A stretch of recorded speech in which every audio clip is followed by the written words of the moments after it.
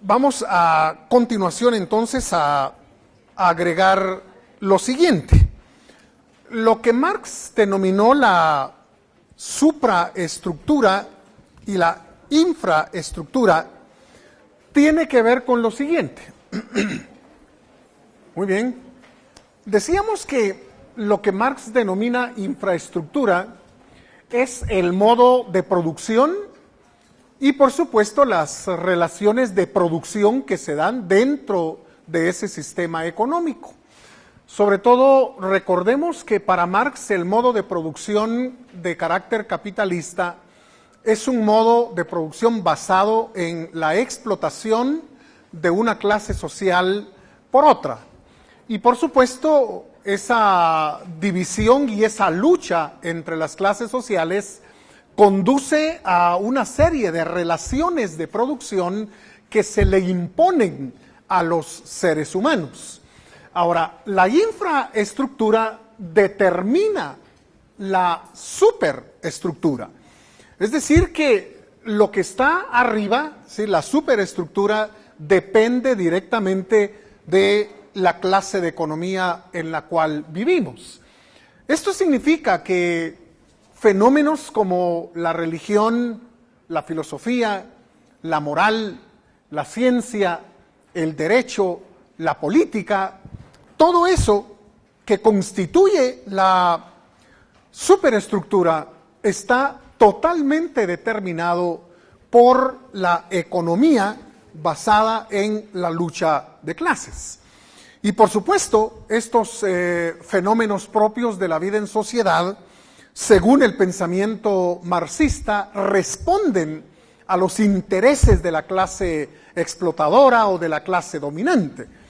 De manera que si empezamos por la religión, la idea que Marx tenía de la religión es que constituye el opio del pueblo. Es decir, así definió Marx la religión, el opio del pueblo. El opio es una droga. Y entonces se supone que la religión es algo así como una droga que se le administra a la gente para que se mantenga adormecida, es decir, para que su conciencia adormecida no se dé cuenta de las situaciones en que viven y que se mantengan pues relativamente tranquilos, pacíficos, aunque en este mundo sufran y padezcan muchas y graves necesidades. La falsa esperanza de una vida después de esta, donde Dios les espera, donde vivirán felices para siempre, sin enfermedades, sin dolor, sin llanto, sin pobreza, en fin, pues constituye una especie de falsa esperanza que se le da realmente a los pueblos que son vilmente explotados. De modo pues que la religión no es otra cosa que un sistema de creencias para mantener adormecida la conciencia de los trabajadores. Y por supuesto la filosofía también, digamos, de acuerdo al pensamiento de Marx, la filosofía es un sistema de ideas en el cual se ha perdido el tiempo durante más de 2000 años en el pensamiento occidental. Marx decía que los filósofos habían tratado todo el tiempo de explicar el mundo, de tratar de entender y comprender el mundo, cuando de lo que se trata, dijo Marx, es de cambiarlo, de transformarlo a través de una revolución. De modo pues que toda filosofía que no responda a los intereses de esa revolución, pues es también falsa, es equivocada, es una pérdida de tiempo. Y hay que recordar que la manera como, según el pensamiento de Marx, una filosofía es reconocida como verdadera es a través de lo que Marx denominó la praxis. La praxis no es otra cosa que todo ese conjunto de acciones que llevan a derrumbar el sistema capitalista y hacer surgir el sistema de carácter socialista. De modo que todo lo que contribuya a derrumbar el sistema, a acabar con el sistema capitalista, pues es realmente la manera como uno sabe si su filosofía es correcta o no lo es. De suyo, pues, que toda filosofía que no ayude, que no contribuye a la praxis revolucionaria, definitivamente debe ser abandonada. Ahora, si pensamos en la moral, pues también la moral, de acuerdo al pensamiento marxista, es una moral que conviene a los intereses de la clase explotadora. Igualmente la ciencia. Ahora, con la ciencia hay que dejar en claro una cosa. Marx creía que una de las clases sociales está incapacitada para poder hacer verdaderamente ciencia. Es decir, los burgueses en general, de acuerdo al pensamiento marxista, no tienen la capacidad de acceder a la verdad, ni de generar un pensamiento científico genuino, auténtico y verdadero. Es decir, eso es imposible para la clase burguesa. Entonces, únicamente los proletarios y quienes tienen una clara conciencia proletaria desarrollarán un discurso auténtica y genuinamente científico. Ahora, por supuesto, esto dio pie a críticas verdaderamente fuertes, sobre todo de parte de algunos filósofos como Karl Popper. Si Karl Popper vio en esta propuesta propia del marxismo un agujero verdaderamente grande, una falla tan grande que condujo realmente a Popper a decir que el pensamiento marxista de científico no tenía absolutamente nada. Por la sencilla razón de que la clase social, como el color de la piel, como la condición económica de las personas, en realidad nada tiene que ver con la ciencia ni con el trabajo científico. Es decir, que cuando el marxismo asegura que una clase social puede hacer ciencia y otra no, pues definitivamente está asumiendo una actitud verdaderamente débil, una actitud totalmente irrecomendable, porque como dije, la ciencia no tiene nada que ver con las clases sociales, ¿verdad? Si algo constituye un descubrimiento a nivel científico, una explicación a nivel científico, pues se supone que todo el mundo tiene acceso a esa verdad, a poder reproducir los experimentos, a poder constatar por sí mismo la veracidad, digamos, de aquella teoría.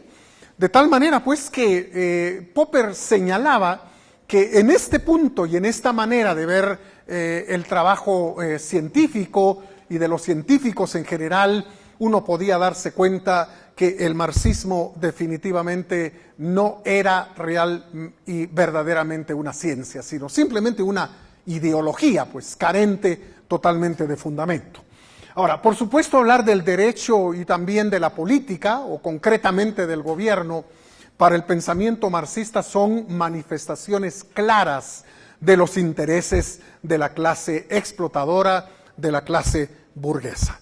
De modo pues que desde el pensamiento marxista, si se quiere cambiar lo que está arriba, es decir, la superestructura, hay que cambiar definitivamente la infraestructura, es decir, el tipo de economía dentro de la cual vivimos, si queremos realmente cambiar las ideas y la forma de pensar de las personas en términos generales.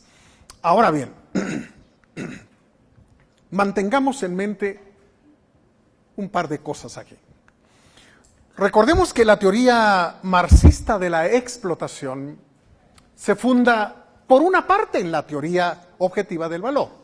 Si no vamos a repetir aquí lo que es la teoría objetiva del valor, ya lo sabemos.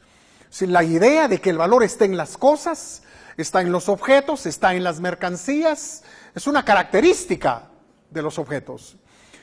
Pero también se funda esa teoría de la explotación en la teoría del valor-trabajo. Si es el trabajo del obrero el que le da valor a los bienes. Entonces, estas dos teorías constituyen el fundamento y la base de la teoría de la explotación de Marx. Ahora, ¿cómo demostrar que la teoría de la explotación es falsa? Bueno, yo diría que simple y sencillamente tenemos que demostrar que tanto la teoría objetiva del valor como la teoría del valor trabajo son falsas. Si la teoría objetiva del valor es falsa y la teoría del valor trabajo también es falsa, entonces la idea de la explotación propia del pensamiento marxista carece de base y se derrumba. Ahora, eso es realmente lo que vamos a ver a continuación. No sé si estamos suficientemente claros con lo que hemos dicho hasta este momento. ¿Hay alguna pregunta o comentario que quieran hacer? A ver, allá. No sé si podría aclararme sobre qué en sí es el modo de producción y las relaciones de producción. O sea, en cuanto a relaciones de producción, se refiere a lo de esclavo y amo. Exactamente. Y los modos de producción. Bueno, el modo de producción es precisamente la manera como se hacen los bienes, cómo se fabrican las cosas, las mercancías, que se basa precisamente en esas dos clases sociales en la que una explota hábilmente a la otra. Es decir, es así como el modo de producción funciona, ¿verdad? Si no se puede, según Marx, producir casas, ni camisas, ni pantalones, ni comida en el contexto capitalista, si no es gracias a que una de las clases sociales, la burguesía, pues vive a costillas de la clase obrera o de la clase trabajadora. Entonces se supone pues que ese modo de producción basado en la lucha de clases es lo que determina la forma de pensar de las personas en términos generales, religiosamente, filosóficamente, científicamente, moralmente, jurídicamente, todo está determinado realmente por el modo de producción en las economías capitalistas, ¿verdad? No sé si estamos un poco más claros con eso. ¿Sí? Bueno, ¿alguna otra cuestión? Bueno, entonces, todo cambió en el año de 1871, gracias al trabajo de 3 profesores de economía política. Ellos fueron William Stanley Jevons, Leon Walras y Carl Menger. Aclaremos por qué razón a la cátedra de economía se le llamaba economía política entonces. Era para diferenciarla de la economía doméstica, porque la economía doméstica tiene que ver con lo que ocurre en la familia, con lo que ocurre en la casa, lo que papá y mamá hacen con los recursos con los que cuentan. Esa es la economía doméstica. Y para diferenciarla, entonces, se le denominó economía política, recordando lo que para los griegos significó la palabra polis, significó ciudad, ¿verdad? Entonces, aquí estamos hablando de la economía como proceso en la sociedad, ¿verdad? A eso se debe realmente que en esos años la cátedra se denominara de economía política. Ahora bien, ¿quiénes fueron William Stanley Jevons, Leon Walras y Carl Menger? Vamos a pedir a alguien de ustedes, vamos a ver, John Paul Urruela Bowen, ¿está? Por favor, ¿qué descubrió o qué investigó y qué resultado obtuvo de su investigación en torno a esa pregunta? Sí, por favor. Leon Walras es considerado a menudo el fundador de la economía matemática. Walras fue el primero en analizar y escribir como un problema matemático el equilibrio general de la competencia perfecta para explicar cómo los precios se pueden determinar por las interacciones entre los mercados y por las mercancías. William Stanley Jevons ha sido probablemente uno de los personajes enigmáticos en la historia del pensamiento económico. No obstante, desde que sus ideas fueron originales, notables en notables ocasiones, no dejó tantos seguidores en las escuelas prácticas. Carl Menger se considera el padre de la escuela austriaca. Ajá, estudió Derecho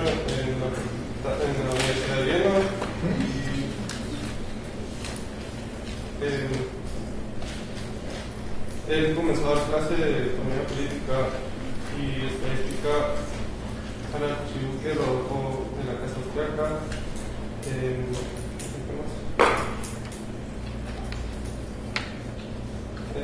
Sí, es bueno. la Casa Austriaca. Ok, muy bien, gracias. Voy a preguntar aquí si Vera Lucía Escobar tiene algo que agregar a lo que acabamos de escuchar.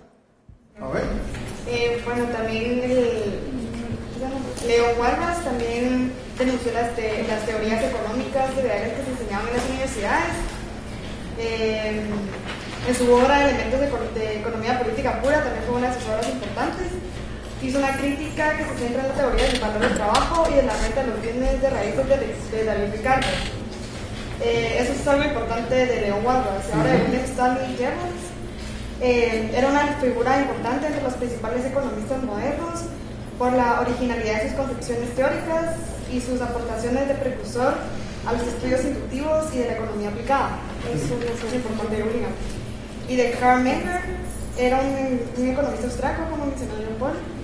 Y el trabajo más considerable de Menger es Principios Fundamentales de Economía Política, que fue una de sus obras más destacadas. Y esta obra asumió una gran importancia en la historia del pensamiento económico. Y solo. Hasta el día de hoy, esta obra sigue siendo fundamental. De hecho, mucho de lo que yo voy a exponer aquí y a compartir con ustedes ha sido extraído de esta obra propia de Carl Menger. Ahora, agreguemos un par de cositas aquí. William Stanley Jevons era británico y era profesor de la cátedra en Inglaterra. Leon Walras era francés, pero ese año de 1871 fue nombrado profesor de la cátedra en Lausana, Suiza. Y por supuesto Menger, que era profesor de la cátedra en Viena. Ahora, no hubo realmente ningún milagro, digamos, que haya llevado a estos tres a descubrir los errores de los clásicos y a proponer un punto, digamos, de partida diferente, sino que fue una mera coincidencia. La cosa es que había mucha gente realmente preocupada por resolver los problemas que los clásicos no habían logrado resolver hasta ese momento. Entonces, como pudieron haber sido otros 2 u otros 4, pues les tocó a estos 3 coincidir, digamos, de alguna manera en señalar los errores de los clásicos y proponer o señalar, digamos, un rumbo completamente diferente y distinto. Ahora bien, recordemos aquí que lo que estos 3 profesores iniciaron se conoce con el nombre de la revolución marginalista. No revolución porque haya habido balazos y muertos y todo ese tipo de cosas, sino revolución en el sentido de que las cosas ya no volvieron a ser nunca las mismas. Es decir, fue un cambio verdaderamente radical el que estos realmente comenzaron por proponer. Y entonces a esos cambios, a esa revolución, se le conoce con el nombre de la revolución marginalista. No voy en este momento a ocuparme del término marginal, ni del término marginalidad, ni del término marginalista. Volveremos a encontrarlos dentro de un momento para poder hacer una explicación un poco más detenida de por qué se le denomina así a estos cambios. Bueno, en el año de 1871, como ya se dijo, Menger publicó sus Principios de Economía Política. Ahora, lo que ocurrió con Jevons, con Walras y con Menger fue que partieron de un punto completamente diferente a 2 niveles. Primero, desde el punto de vista metodológico, y en segundo lugar, desde el punto de vista epistemológico. Bueno, ocupémonos del primer término. Estamos hablando aquí de un punto de partida metodológico completamente diferente. Ahora, recordemos una cosa. Recordemos que la palabra método es una palabra griega y la palabra griega métodos significa camino. O sea que cuando estamos hablando de método, estamos hablando del camino que se tiene que recorrer o que se recorrió para resolver un problema. Y entonces sucede que los clásicos no lograron resolver los problemas que tenían entre manos porque su método, el camino que recorrieron para resolver esos problemas, no fue el camino indicado. Es decir, los clásicos, en realidad, como ya lo vimos, partieron de clases o conjuntos. Y entonces, el hecho de partir de clases o conjuntos les evitó encontrar verdaderas soluciones. ¿Recuerdan la paradoja del valor? ¿Verdad? ¿Por qué valen más los diamantes que el pan como clase o conjunto?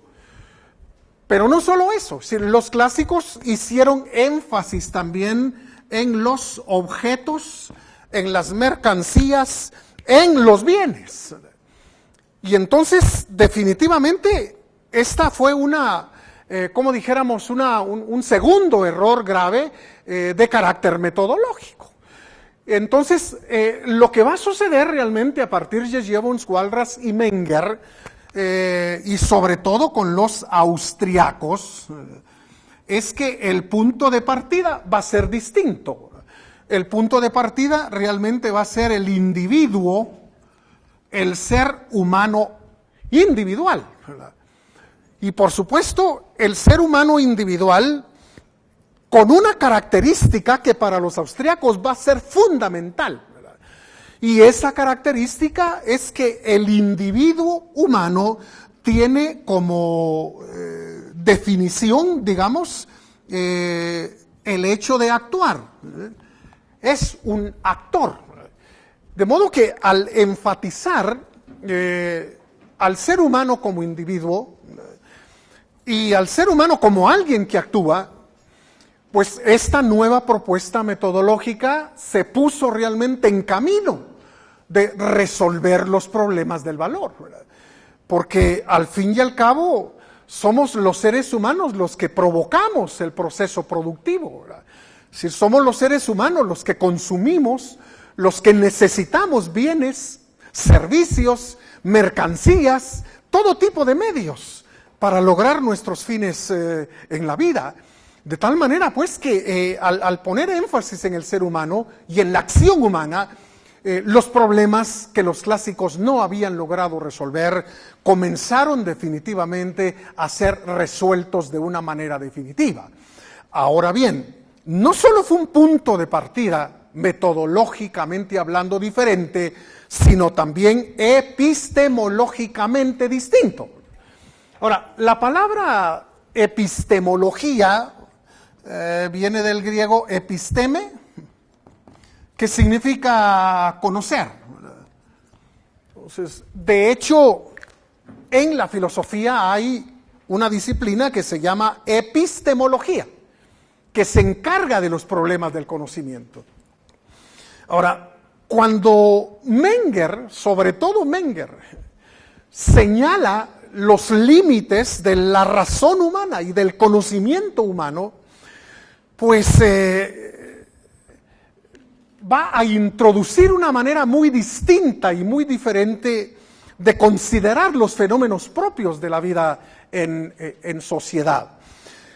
Durante mucho tiempo, mucho tiempo, en Occidente se creyó que la razón humana lo podía todo, que no había límites al conocimiento de los seres humanos, y eso fue verdaderamente desastroso, nefasto y terrible, sobre todo para las ciencias sociales. Ahora, Menger llegó a esta conclusión preocupado por encontrar respuesta a la pregunta o a las preguntas de cómo las instituciones que nos permiten vivir en sociedad, cooperar y beneficiarnos de la cooperación surgieron. Si él se preguntaba cómo realmente esas instituciones surgieron. Por ejemplo, el dinero, ¿verdad? Si de esa institución tan noble como es el dinero, sin la cual no iríamos prácticamente a ninguna parte, ¿verdad? Pues bueno, se preguntaba Menger, ¿cómo fue que los seres humanos llegaron realmente a implementar el uso del dinero como medio indirecto de intercambio? o la moral tradicional, ¿verdad? Si los valores que nos permiten convivir pacíficamente en sociedad, si el hecho de que usted deje su computadora ahí mientras va a la tienda o a hacer algún mandado afuera y que usted espera que al regresar pues, sus pertenencias estén allí, ¿verdad? Ese respeto por la propiedad de los demás, esa conducta honrada. Es decir, ¿cómo surgió realmente la moral tradicional? Y entonces la conclusión, digamos, a que llegó Menger, bueno, decirlo es fácil, le llevó tiempo llegar a esta conclusión. Se dice fácil, pero le llevó mucho tiempo realmente a Menger en sus investigaciones llegar realmente a la conclusión de que las instituciones que nos permiten convivir y cooperar pacíficamente no fueron inventadas por la razón humana, no fueron creadas de manera deliberada por la razón del hombre. Y muchas veces cuando queremos explicarnos el surgimiento de esas instituciones, tenemos que llegar a la conclusión de que ignoramos mucho al respecto. Por ejemplo, si a mí me preguntan, ¿sabe usted cómo, dónde y por qué surgió la honradez? ¿Y quién la inventó? Pues la respuesta es, no lo sé. No es como si me preguntaran, ¿sabe usted quién descubrió América? Eso sí lo sabemos. ¿Sabe cuándo se descubrió América? Pues también lo sabemos. Pero cuando nos encontramos con preguntas, digamos, relacionadas con el surgimiento de la moral tradicional o del dinero, tenemos que confesar definitivamente que somos ignorantes al respecto. Ahora bien, alguien que siguiendo esa línea mengeriana llegó a tratar de manera muy extensa la cuestión de la ignorancia y del escaso conocimiento que los seres humanos tenemos al respecto, fue Friedrich August von Hayek. De hecho, hay un capítulo en los Fundamentos de la Libertad donde él se ocupa específicamente de la ignorancia. Y comienza preguntándose cómo es posible que hablemos de lo que ignoramos, que nos ocupemos de la ignorancia de los seres humanos. Pero dice Hayek, esto realmente es importante en los asuntos sociales. Llegar a reconocer que entre más civilizados los seres humanos somos, más ignorantes nos volvemos. En cuanto al funcionamiento de la vida en sociedad, ignoramos muchas cosas, ¿verdad? Ignoramos, por ejemplo, cómo se coordinan los millones de acciones entre los seres humanos. No podemos saberlo, ¿verdad? Ignoramos cómo se forma realmente el orden de la sociedad. Si la sociedad no es un pandemonium, un relajo, sino un todo perfectamente ordenado, ¿verdad? Y la mente humana es incapaz de producir ese orden. No puede hacerlo la mente humana. Si ese orden tiene otros orígenes, tiene otra razón de ser. Y entonces Hayek le da importancia en realidad a los límites de la razón humana, a los límites del conocimiento humano, para decir que si la razón del hombre es limitada y el conocimiento humano también lo es, no puede haber persona en este mundo que pretenda dirigir la vida de millones y millones de personas. Ya solo hablar de 14 millones de chapines, de guatemaltecos, realmente la cosa se vuelve bien difícil. ¿Quién sabe lo que cada uno de esos 14 millones quiere? ¿Ah? ¿Quién sabe lo que cada una de esas personas desea? Lo que cada una de esas personas va a hacer, o las decisiones que debe tomar. Es prácticamente imposible que alguien lo sepa. Ni siquiera alimentando con datos una enorme computadora podríamos realmente tener control sobre 14 millones de personas. ¿Por qué? Porque esos datos que metemos hoy en la computadora, en el minuto siguiente, ya no sirven. ¿Por qué? Porque dice Hayek, la sociedad es uno de esos fenómenos complejos que se encuentran en el universo, cuya complejidad no solo depende del número de variables. 14 millones de variables, ¿sí?, tomando a cada persona como una de ellas, ya es complicado, ¿sí? 14 millones de variables. No solo es ese el problema del número, sino el problema de la clase de variable que somos. Si los seres humanos tenemos una vida interna, una vida subjetiva, tenemos valoraciones, creencias, ideas, deseos, en fin, que están cambiando constante y permanentemente, ¿verdad? Y entonces, cuando Menger coloca, digamos, esta piedra fundamental de los límites de la razón y del conocimiento humano, está realmente poniendo uno de los cimientos importantes de ese edificio de las ciencias sociales cultivado, edificado y mantenido por la escuela austríaca en términos generales. Bueno, entonces se trató obviamente de una auténtica revolución. Ahora, colocar al ser humano individual en el centro de toda la problemática es lo que ha llevado realmente a darle un nombre a la metodología de la escuela austríaca.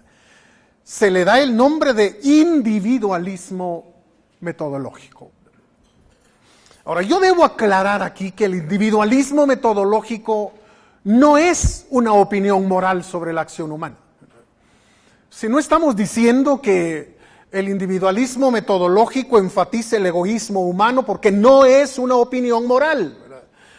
Es un método, es un camino a recorrer para resolver los problemas propios de la vida en sociedad y explicar los fenómenos que ocurren en el contexto de la sociedad humana.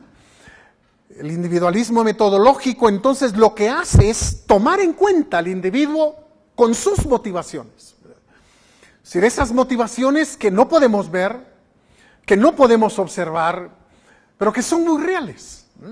Son tan reales que constituyen el motor que nos hace hacer lo que hacemos y dejar de hacer lo que dejamos de hacer.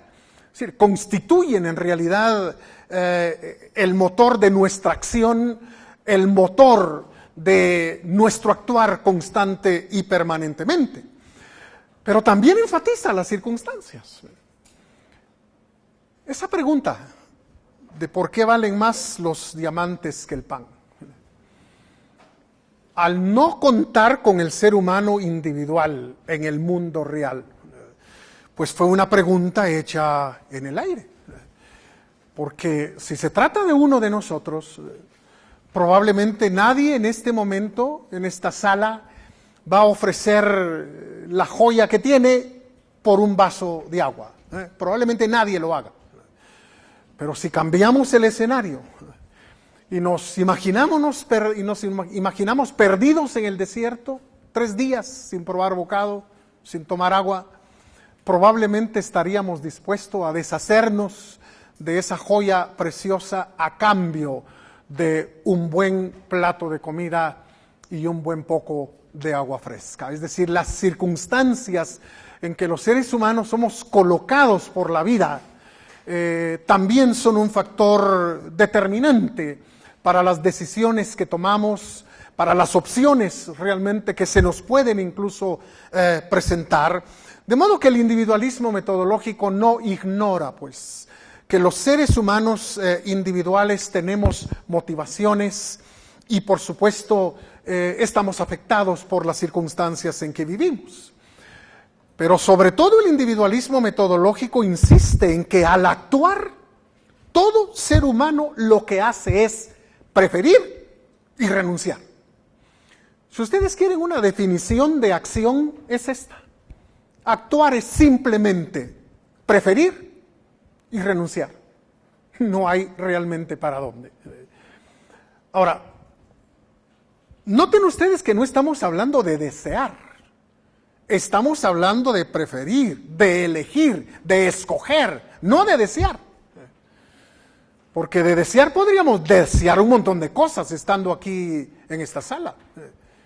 Alguien podría desear estar tomando café en su casa. Otro podría desear estar viendo en casa, viendo la tele. Otro más podría desear estar con sus amigos jugando a la pelota. En fin, independientemente de lo que podemos desear, ¿qué es lo que hemos hecho? Hemos elegido estar aquí. Hemos escogido estar aquí. Y eso significa haber renunciado a estar en cualquier otro lugar. Y esa es la acción humana. Una renuncia constante y una preferencia permanente y constante. Ahora, si me preguntan, ¿por qué tenemos realmente que elegir y renunciar? Algo que no podemos evitar, eso es imposible de evitar. Nunca va a poder ocurrir. El que no podamos realmente caer entre el renunciar y el elegir. Ahora, ¿por qué? Bueno, la razón es que el mundo realmente en el cual vivimos es un mundo en el cual impera la escasez. Si todo es escaso, entonces tenemos realmente que inevitablemente elegir. Entonces, si el dinero es escaso, tenemos que escoger a qué vamos a dedicar estos 500 quetzales, estos 1000 quetzales, ¿qué voy a hacer realmente con ellos? Entonces, si hago algo es porque he renunciado a hacer otra cosa. No puedo hacer las dos cosas a la vez. El tiempo es escaso. Entonces, tenemos definitivamente que estar eligiendo a qué vamos a dedicar la próxima hora de la vida, o el día de mañana, o el próximo fin de semana, porque no estamos aquí para vivir eternamente. Como dice el Antiguo Testamento, si muchos de nosotros llegan a 70 años y es bastante, y a lo mejor a 80. Pero la vida tiene un límite. Por eso es que el tiempo, decimos, es escaso. Hay que administrarlo, porque no vamos a vivir aquí eternamente. Y entonces, si perdemos esa hora y si perdemos ese día, ya no podremos recuperarlo nunca más. De manera que, por vivir en un mundo caracterizado por la escasez, es que los seres humanos tenemos constante y permanentemente que elegir y renunciar. Ahora, siempre vamos a elegir, como lo vamos a ver dentro de un momento más claramente, siempre vamos a elegir lo más importante, lo más valioso, y a renunciar a lo que tiene menos valor y menos importancia, al menos en ese momento de la toma de decisiones. Bien, con esta propuesta de que el ser humano como actor está constantemente eligiendo y renunciando, pues surge una nueva teoría acerca del valor. Se le llama la teoría subjetiva del valor, porque enfatiza al sujeto, ya no el objeto, ya no la cosa, ya no la mercancía, sino al sujeto. Entonces, cuando nosotros actuamos, lo que hacemos, ya lo vimos, es elegir. Y lo que nosotros hemos elegido es aquello a lo que le estamos dando valor. Y a lo que hemos renunciado es a lo que no le estamos dando valor. De modo que con esas elecciones y esas preferencias y esas renuncias, lo que estamos haciendo es valorar tanto las cosas como los bienes en general, el dinero que tenemos, el tiempo que todavía disfrutamos, es decir, constante y permanentemente estamos nosotros dándole valor a todo eso. Y entonces llegamos a una conclusión muy diferente a la conclusión a la que llegaron los clásicos. Esta diferente conclusión nos dice que los bienes valen porque nosotros los deseamos. Es decir, es nuestro deseo, nuestro gusto, nuestra gana por aquello, nuestra apetencia por aquello, lo que realmente le confiere valor a ese bien. De modo que esta es la denominada teoría subjetiva del valor, que va a solucionó de hecho, el problema del valor que los clásicos no habían logrado solventar y solucionar. Ahora bien, con esta nueva teoría subjetiva del valor, ocurre que la paradoja del valor se destruye. Si no tiene ninguna razón el que nos preguntemos por qué valen más los diamantes que el pan, ¿verdad? O por qué valen más los carros que los lapiceros. No es una pregunta tonta, pues. No tiene realmente ningún caso. ¿Por qué? Porque en el mundo real nunca optamos entre clases o conjuntos de bienes. En el mundo real elegimos entre unidades concretas.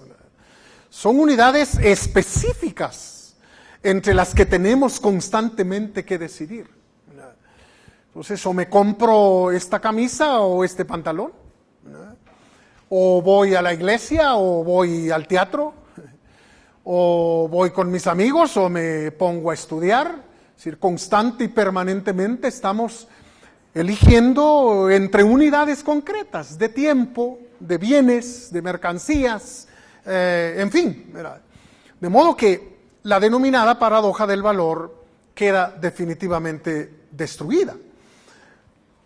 Ahora, estos asuntos que hemos venido considerando paso a paso constituyen lo que se ha dado en llamar la ley de la utilidad marginal decreciente. Y aquí vamos a hablar de la marginalidad, de por qué es marginal y qué es realmente el significado que se le da al concepto de la marginalidad.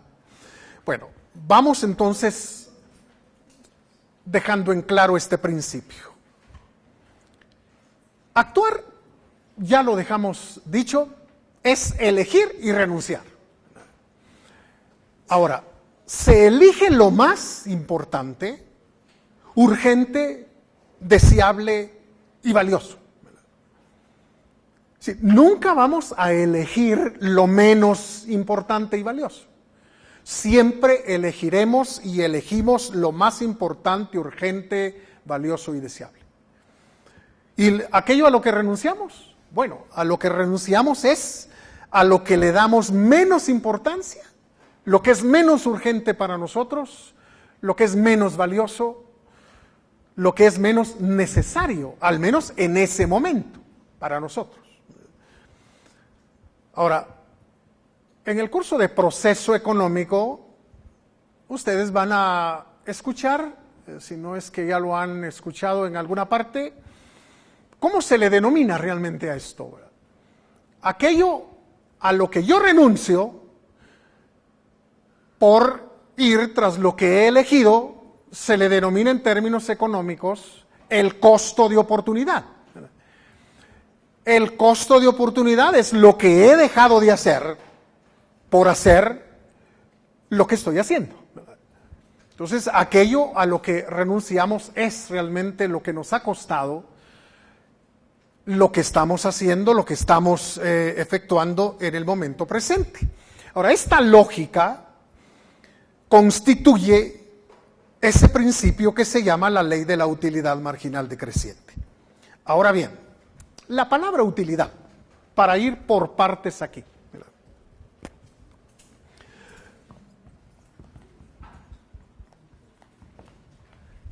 Regularmente está asociada con el dinero, ¿verdad? Pero ya dejamos claro que en realidad cuando hablamos de ganancia y de beneficio, pues el dinero es simplemente un medio, ¿verdad? Es decir, no es realmente el dinero el objetivo, no es la meta, sino más bien la satisfacción que la persona llega a tener. De modo que la utilidad, si significa ganancia, debe entenderse como sinónimo de satisfacción, ¿no? Y la otra palabra que se puede utilizar también es la palabra bienestar. Entonces, la utilidad tiene que ver con la satisfacción y tiene que ver con el bienestar de la persona, ¿no?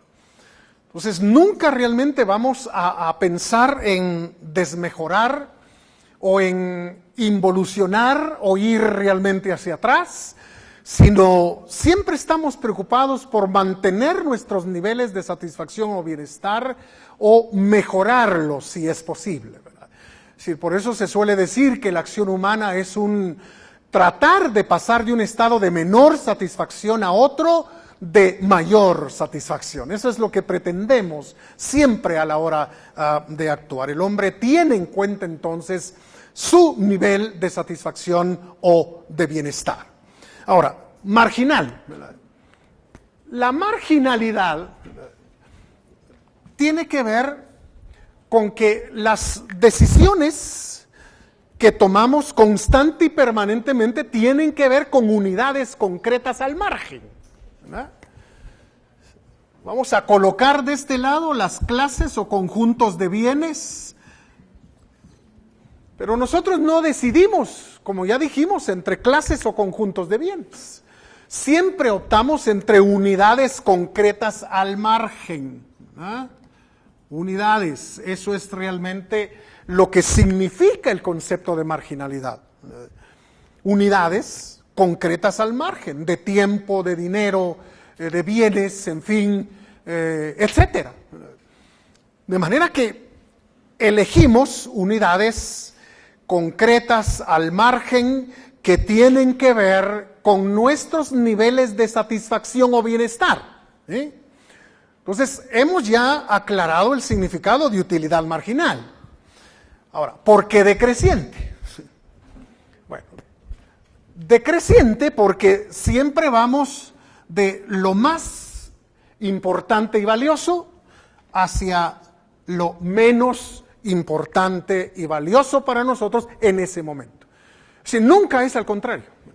Si los seres humanos nunca empezamos por optar por lo menos valioso, importante y urgente, nunca. Si siempre empezamos con lo que para nosotros es más importante, más necesario, más valioso, y así vamos descendiendo en nuestra escala. Porque en realidad se trata de una escala valorativa aquí, que está cambiando constantemente. Si no solo cambia de persona a persona, sino en la persona misma está cambiando permanente y constantemente. Entonces, esto no tiene nada que ver con cantidades, ¿verdad? Nada que ver con cantidades.